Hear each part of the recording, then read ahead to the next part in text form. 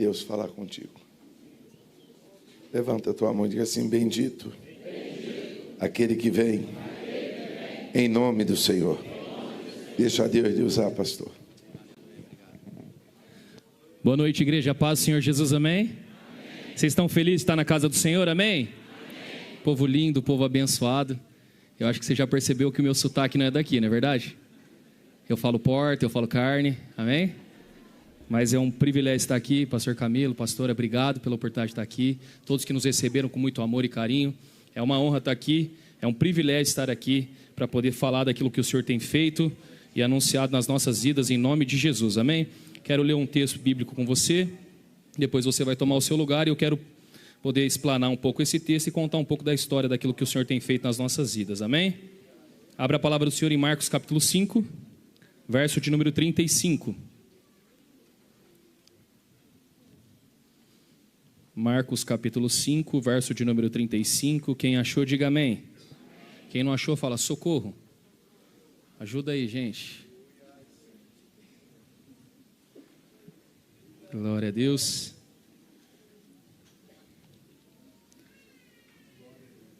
Depois de tudo que aconteceu no culto aqui, fica muito mais fácil de pregar, não é verdade? Já prepararam muito terreno, Lucas já derramou uma unção poderosa aqui, né, pastor? Aí vai, agora é só sair soltando a semente, deixando Deus trabalhar. Tenho certeza que vai ser uma noite memorável para a tua vida, em nome de Jesus. Marcos capítulo 5, verso número 35, vai dizer assim a palavra do Senhor. Enquanto Jesus ainda estava falando, chegaram algumas pessoas da casa de Jairo, o dirigente da sinagoga. Sua filha morreu, disseram eles. Não precisa mais incomodar o mestre.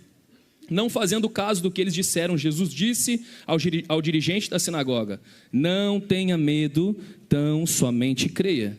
E não deixou ninguém segui-lo, senão Pedro, Tiago e João, irmão de Tiago. Quando chegaram à casa do dirigente da sinagoga, Jesus viu um alvoroço, com gente chorando e se lamentando em alta voz. Então entrou e lhes disse: por que todo este alvoroço e lamento? A criança não está morta, mas dorme. Mas todos começaram a rir de Jesus. Ele, porém, ordenou que eles saíssem. Tomou consigo o pai e a mãe da criança e os discípulos que estavam com ele, e entrou onde se encontrava a criança. Tomou-a pela mão e lhe disse: Talita cumi, que significa: menina, eu ordeno a você, levante-se. E imediatamente a menina, que tinha 12 anos de idade, levantou-se e começou a andar. Isso os deixou atônitos. Curve sua cabeça. Senhor, em nome de Jesus, nós estamos diante da tua presença. Obrigado por tudo que foi feito, falado até aqui, ministrado aos nossos corações. Nós te pedimos, Deus, fale conosco de uma forma poderosa, através da sua palavra, em nome de Jesus. Amém, amém. Pode tomar o seu assento. Aleluia. Bom, primeiramente, gostaria de me apresentar. Eu sou o Pablo, pastor Pablo de Campinas, tenho 33 anos, amém? Sou casado com uma linda esposa. Nós temos uma igreja em Campinas chamada Casa do Pai, e sou pai de 5 filhos, amém? Aleluia. Irmão, você está assistindo muita televisão, né? Consegue projetar a foto que foi passada da minha família para poder colocar pessoal rapidamente? Essa aqui é a minha casa, amém? Então, essa moça aqui linda é minha esposa, Bruna. Beatriz tem 25 anos, Bianca tem 21, Brenda tem 16, Davi tem 4 anos, e aqui é o aniversário de 1 ano da Radassa, amém? Aí se você é bom de matemática, você já ficou preocupado, né? Então, assim, esse pastor tem alguma coisa errada com ele, 33 para 25, a conta não fecha. Você que é ruim de matemática está pensando assim: fala logo, pastor. Então fala assim: fala logo, pastor. Amém. É o seguinte, com 21 anos de idade, assim que eu e minha esposa nos casamos, a minha sogra, 11 meses depois, ela veio a falecer de câncer. Ela tinha 38 anos de idade quando isso aconteceu, e no velório da minha sogra, eu e a minha esposa decidimos adotar as nossas cunhadas. Beatriz, ela chegou com 14 anos em casa, que é aquela da ponta. Bianca, dessa ponta, chegou com 11 anos, e a Brendinha, que está ali no meio, ela chegou com 5 anos de idade na nossa casa. 7 anos depois, nasceu o Davi, e após o nascimento do Davi, com 1 mês do nascimento do Davi, a minha esposa sentiu um caroço no pescoço, fomos até o hospital, e a minha esposa foi diagnosticada com câncer aos 28 anos de idade.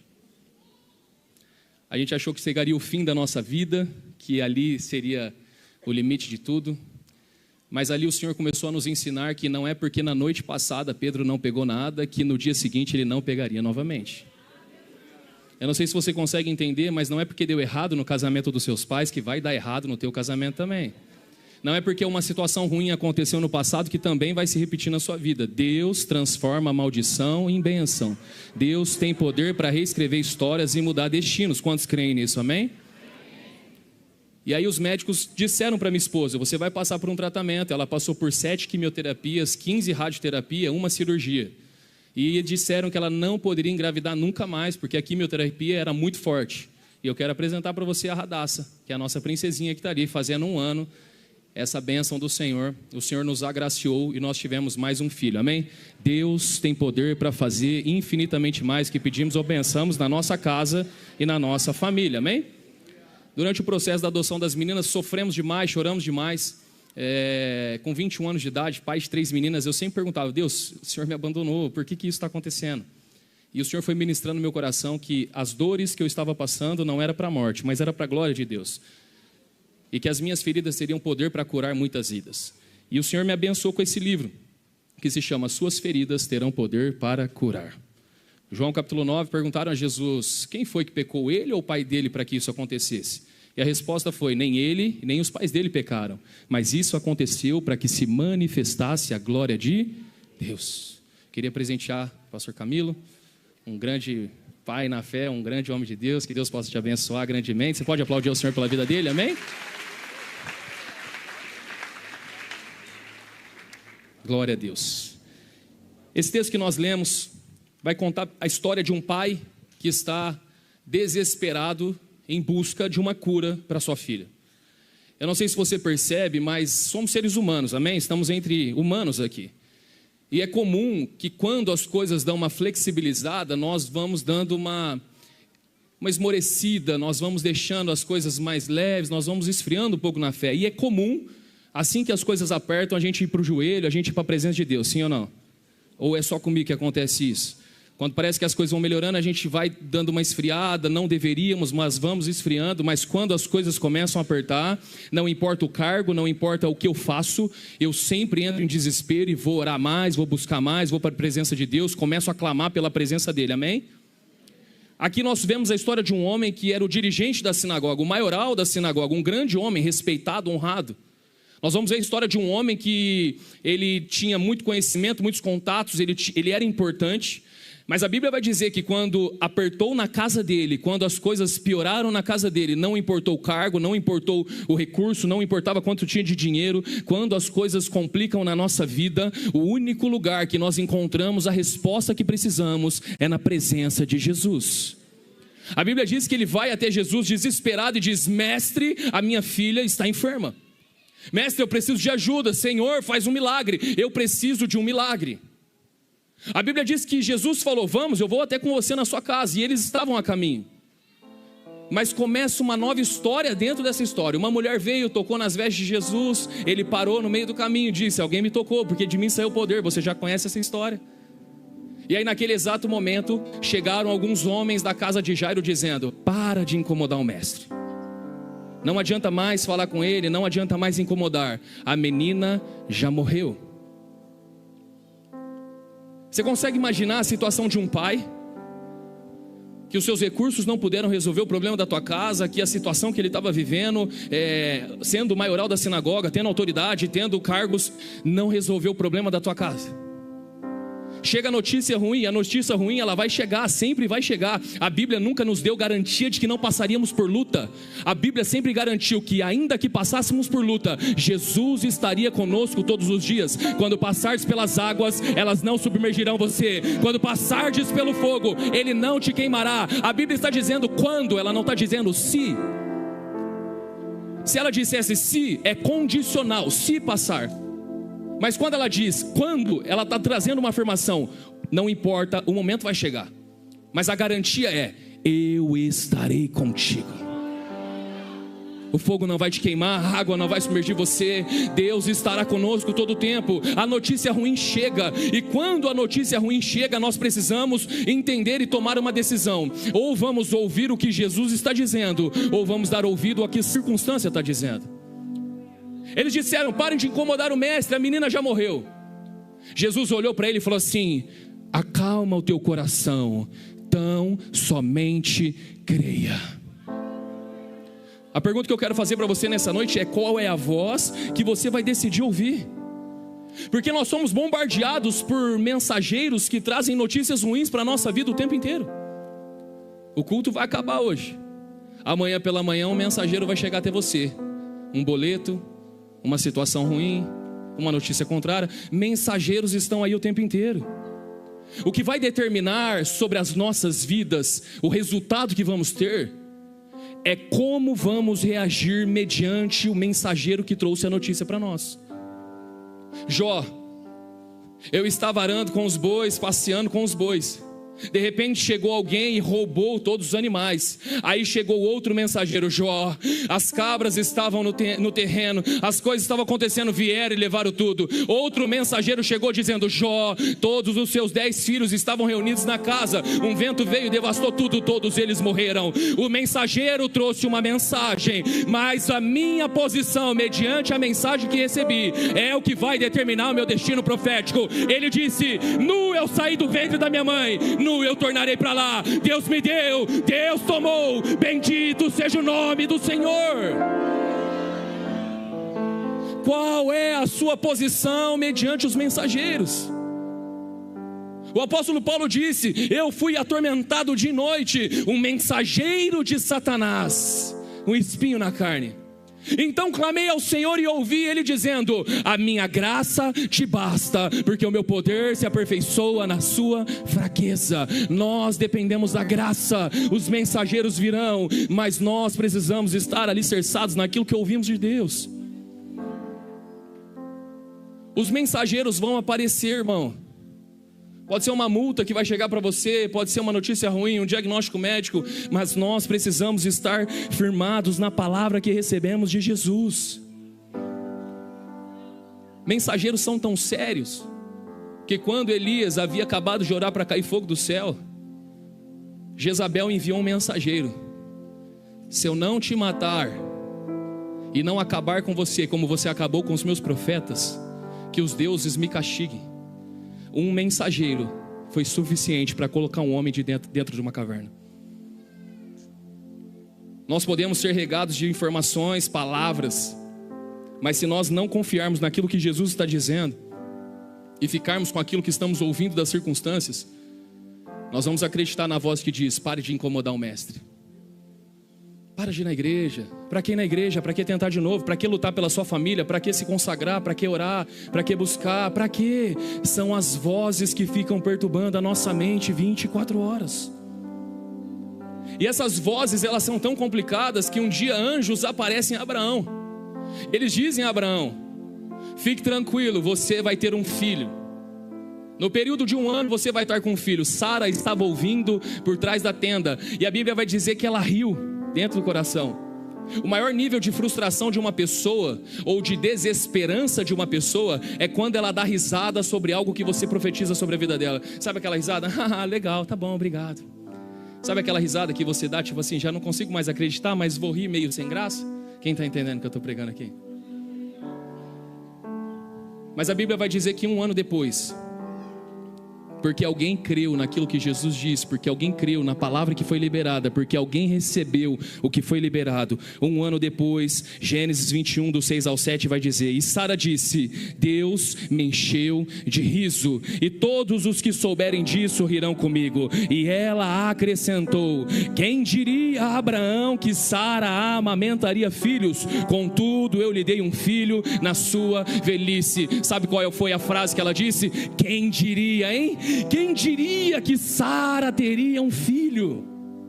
Quem diria que eu estaria vivendo algo extraordinário na minha família? Quem diria que depois de muitos anos eu veria o meu marido na igreja? Quem diria que depois de muitos anos os meus filhos seriam batizados? Quem diria que eu estaria na casa do Senhor celebrando o nome dele e eu receberia uma mensagem: seus filhos estão voltando para a presença do Senhor. O ano de 2026 é um ano de quem diria sobre a tua família, um ano sobre de quem diria sobre a tua casa. É um ano onde Deus está liberando uma palavra.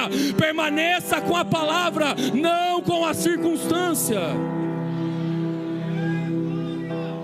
Será que você pode falar para 2, 3 pessoas: quem diria, hein? Quem diria, hein? Vai casar esse ano, quem diria, hein? Fala, quem diria votar no teu casamento, hein? Quem diria, hein?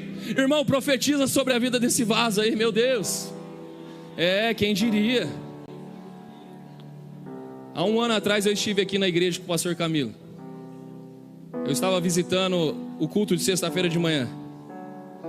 Aí eu estava sentado e falei, meu Deus, será que um dia eu vou pregar nesse lugar? Quem diria que eu estaria aqui depois de um ano, hein? Meu Deus. Quem diria, hein? É o ano do quem diria na sua vida, irmão. É o ano do quem diria na sua família. Você vai ver seus filhos sendo batizados e as pessoas vão falar, uau, quem diria, hein? Quem diria que seu casamento daria certo? Quem diria que as coisas aconteceriam? Quem diria que a tua casa serviria ao Senhor? A menina já morreu, não incomode mais o mestre. Não, então somente creia. Se existe uma palavra liberada, vai acontecer. Então Jesus vai até a casa. Quando ele chega lá, a Bíblia vai dizer que há um alvoroço, muita gente chorando, se lamentando. Jesus entra na casa e libera uma palavra. A palavra que libera é: a menina não morreu, ela só dorme. É porque tem muita coisa que para as pessoas que estão próximas a nós parece que já morreu.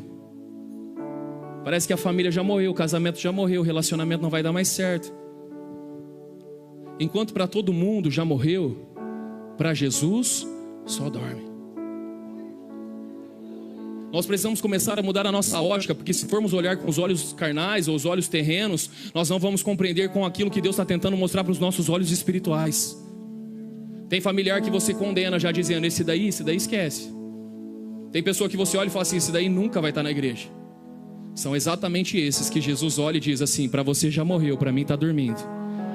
Eu tenho poder para acordar, eu tenho poder para renovar, eu tenho poder para ressuscitar. Eu tenho poder para fazer algo novo, eu tenho poder para poder libertar, eu tenho poder para fazer aquilo que o olho não viu, o ouvido não ouviu, jamais penetrou em coração humano. Nós precisamos ter os olhos espirituais, porque se Jairo fosse acreditar naquilo que estavam falando, ele iria desanimar. Se nós formos olhar com a ótica humana, nós não estaríamos vivendo milagres. O pastor Camilo falou para mim assim, eu falei, pastor, telão lindo. Ele falou, pastor, ganhamos. Eu falei, meu Deus, me faz enxergar com os olhos espirituais como todos estão enxergando nessa cidade, nessa terra. Eu quero viver pela fé, eu quero experimentar coisas maiores, eu quero poder acessar lugares e viver coisas grandiosas. Eu não quero mais andar condicionado a situações humanas e comuns. Aquilo que todo mundo está vendo de um jeito, Jesus está vendo de outro. Aquilo que as pessoas estão olhando com um olhar normal, Jesus está vendo sobrenatural. Enquanto para todo mundo já morreu, para Jesus só está dormindo. E uma palavra dele levanta e realiza milagres naquele lugar. Só que é muito interessante, porque quando Jesus fala assim, calma gente, a menina não morreu, ela está dormindo. Ela está dormindo. Aleluia. Sabe o que acontece naquele ambiente? A Bíblia vai dizer que havia uma multidão chorando naquele lugar. E quando Jesus disse, a menina não morreu, ela só dorme, a Bíblia vai dizer que a mesma multidão que chorava começa a dar risada. Então naquele momento Jesus dá uma ordem. E ordenou Jesus, toda a multidão saia, por favor. Porque Jesus está tentando ensinar um princípio para que nós possamos viver milagres. E o princípio que ele está nos ensinando é o seguinte: para que milagres aconteçam, aqueles que vivem pelas emoções precisam sair. Eu acho que você não está entendendo o que eu estou pregando.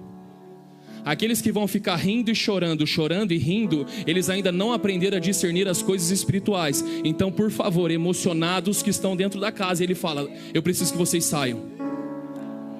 Porque se vocês continuarem aqui, vocês vão ficar esperando um espetáculo. E vocês não estão entendendo que as coisas espirituais se acessam com aqueles que são íntimos. Aí ele dá uma palavra, eu preciso que esteja comigo, Pedro, Tiago e João. Pedro, Tiago e João representam quais discípulos de Jesus?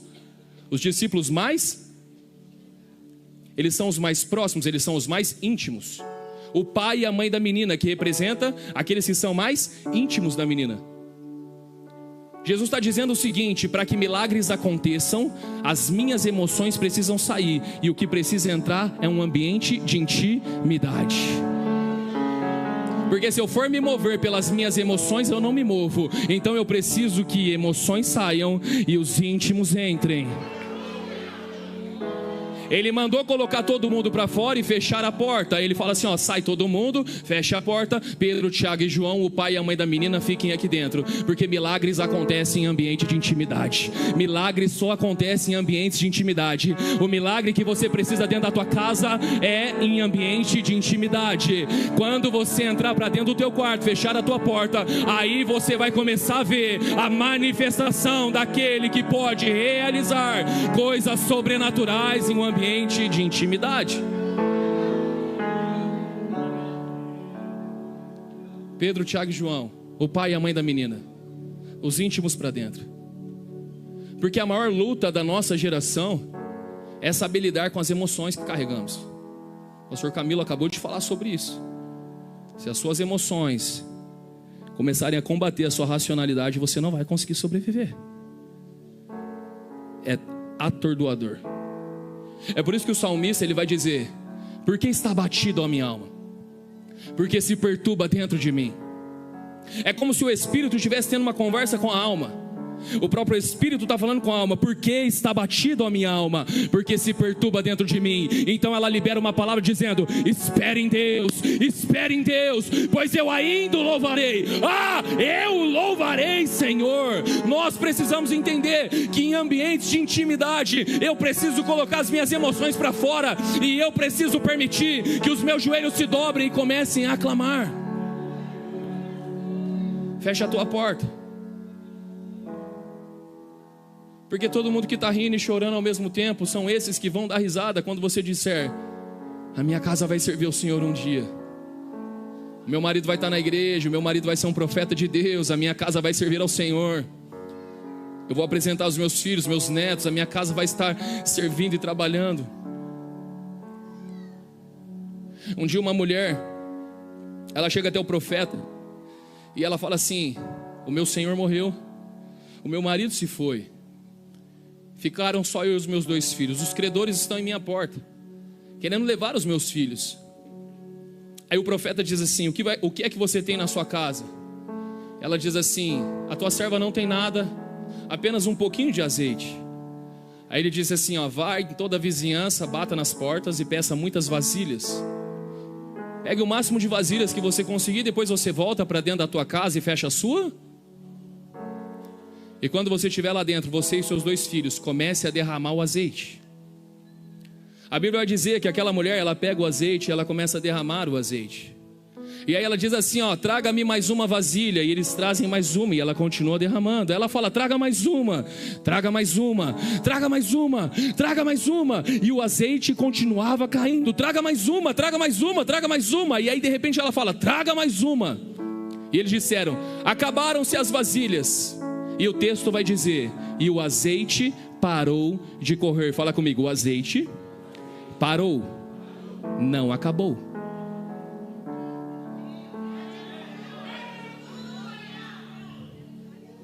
Milagres acontecem com as portas fechadas, você e a sua família no ambiente de intimidade. E aquilo que Deus tem para a tua vida não acabou, só parou, porque você parou de trazer vasilhas. Se você voltar a trazer vasilhas, o azeite volta a escorrer mais uma vez. Se você voltar a trazer vasilhas na presença, aquele que é infinitamente mais, aquele que é ilimitado, aquele que ninguém pode impedir, ele está dizendo: o que eu tenho para a tua vida não morreu, só dorme. Mas se você voltar a trazer vasilhas, o azeite vai voltar a correr. Se você voltar para a minha presença, vai derramar mais uma vez. Aquilo que Deus tem para a tua vida não morreu, aquilo que Deus tem para a tua família não morreu. Se você voltar a trazer vasilhas, Deus volta a derramar azeite. Então a Bíblia vai dizer que após fechar a porta, amém, ele subiu e começou a liberar uma palavra. Fala comigo, uma palavra. E a palavra que ele diz é Talita Cumi, que significa: menina, eu ordeno, levante-se. O Senhor está liberando uma palavra sobre vidas aqui hoje. Nós não somos frutos de qualquer outra coisa, nós somos frutos de uma palavra. Se nós estamos aqui hoje é porque uma palavra nos trouxe até aqui, nos protegeu, nos guardou. A palavra do Senhor, quando liberada sobre as nossas vidas, ela tem um impacto que nós não conseguimos mensurar. Ele disse Talita Cumi, que significa: menina, eu ordeno, levante-se. E imediatamente a menina se colocou de pé. Jesus não estalou os dedos, Jesus não bateu palma, Jesus liberou uma palavra, porque palavra é princípio criativo de Deus. Quando Deus criou a terra, Ele disse: haja luz, e houve. Ele não bateu palma, Ele não estalou os dedos, Ele liberou uma palavra. O Senhor está liberando uma palavra sobre a tua vida. Ele está dizendo: aquilo que eu tenho para você não morreu, aquilo que eu tenho para a tua família não morreu, aquilo que eu tenho para a tua casa não morreu. Pode parecer que está dormindo, mas hoje eu quero acordar. E hoje Ele está dizendo Talita Cumi, que significa: levanta e anda. Volte a sonhar, volte a fazer aquilo que pensava, volte a trazer vasilha nas madrugadas, volte a orar como orava antes, volte a clamar na minha presença como clamava anteriormente. Eu quero derramar azeite, eu quero fazer algo novo. Gente, a menina que tinha 12 anos de idade levantou-se, começou a andar. Isso os deixou atônitos. O que é atônitos, irmão? Quem pode me ajudar? O que significa a palavra atônitos? Surpresos, assustados, desorientados. Que mais? Espantados. Que mais? É isso, é essa palavra que todos ao teu redor vão ficar quando Jesus se manifestar na sua casa. Não por causa de você, mas por causa do Deus que cuida e abençoa a tua casa. Se é esse Deus que eles estão servindo, eu também quero. Se é esse Deus que deixa e faz e transforma dessa forma, eu também quero esse Deus. Se é essa presença, eu quero essa presença. Se é essa glória, eu quero essa glória. Todos ficarão surpresos, atônitos, assustados com aquilo que Deus pode fazer, e Ele vai usar a tua vida para fazer infinitamente mais. Um dia nós estávamos na quimioterapia da minha esposa, e enquanto ela fazia a quimioterapia, o enfermeiro falou assim: ó, depois de 14 dias seu cabelo vai cair, então corte curtinho, corte Chanel, e depois de mais 14 dias você pode raspar por completo. A minha esposa começou a fazer a quimioterapia e ela orava o tempo inteiro: Senhor, não deixe meu cabelo cair. Eu não quero que as meninas, as nossas filhas, repitam o trauma. Eu não quero que elas vejam mais uma mãe careca. E todas as vezes ali eu saía no meio da quimioterapia, eu ia para a praça e eu chorava muito naquele lugar. E eu falei assim: Senhor, eu não aguento mais ver minha esposa sofrendo. São 4 horas de quimioterapia, irmão. Ela gritava de dor porque errava a veia, e a quimioterapia dela era uma vermelha muito forte. 14 dias cairia o cabelo. E aí, enquanto ela fazia, passaram 14 dias, ela volta lá para fazer outra, e nada de cair um fio de cabelo. E aí ela fez a segunda e voltou mais 14 dias depois, e nada de cair o cabelo. E ela voltou mais 14 dias depois, e nada de cair o cabelo. E ela fez 5 quimioterapias, 6 quimioterapias, 7 quimioterapia, 15 radioterapia, uma cirurgia, e não caiu o cabelo.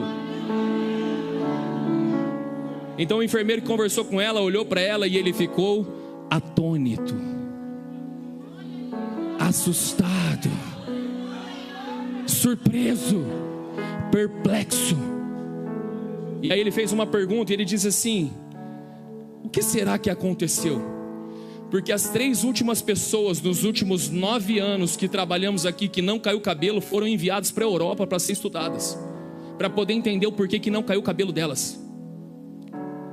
E aí minha esposa falou assim: você não precisa me estudar e eu já te dou a resposta agora. É o poder da oração. Eu orei e Deus cuidou de mim. Eu orei e o cabelo não caiu. Aquilo que Deus quer fazer na tua vida não é para engrandecer você, é para exaltar o nome dEle. Todos ficarão atônitos, surpresos, perplexos, porque existe um Deus que realiza milagres nessa terra. Eu vou orar, eu vou orar, eu vou orar, eu vou orar. Se é pra Ele, adore a Ele, adore a Ele. Se é pra Ele, se é pra Ele, levanta a tua voz. Se é pra Ele, fale pra Ele. Tu és santo. Eu vou orar, eu vou orar, eu vou orar, eu vou orar. Porque quando eu oro, Tu se revelas a mim. Se coloque de pé, eu quero finalizar essa mensagem com você.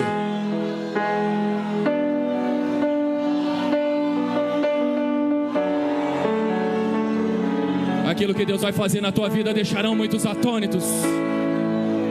Não vai cair um fio de cabelo, não vai passar por cirurgia, não vai. Deus vai trazer tua família para cá, vai trazer. Todos ficarão atônitos, porque existe um Deus que está dizendo: tão somente creia, a menina não morreu.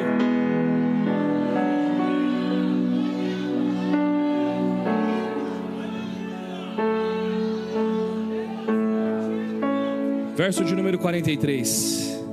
E ele deu ordens expressas para que não dissessem nada a ninguém, e mandou que dessem a ela alguma coisa para comer. Fale comigo, alguma coisa para comer. Todo milagre que Deus realizar na sua vida, você precisa ter um único entendimento: se eu não alimentar, morre de novo. Se eu não alimentar, vai morrer de novo. Não adianta virmos aqui culto após culto, recebermos um milagre, certo, pastor? Se a gente não voltar para casa e se alimentar da palavra, do jejum, da oração, nós vamos continuar sempre dependendo de milagres. Jesus está dando uma ordem: alimente. Alimente. Ao sair daqui, continue se alimentando. Continue orando, continue jejuando, continue buscando, continue comendo da palavra. Feche seus olhos, eu quero orar com você.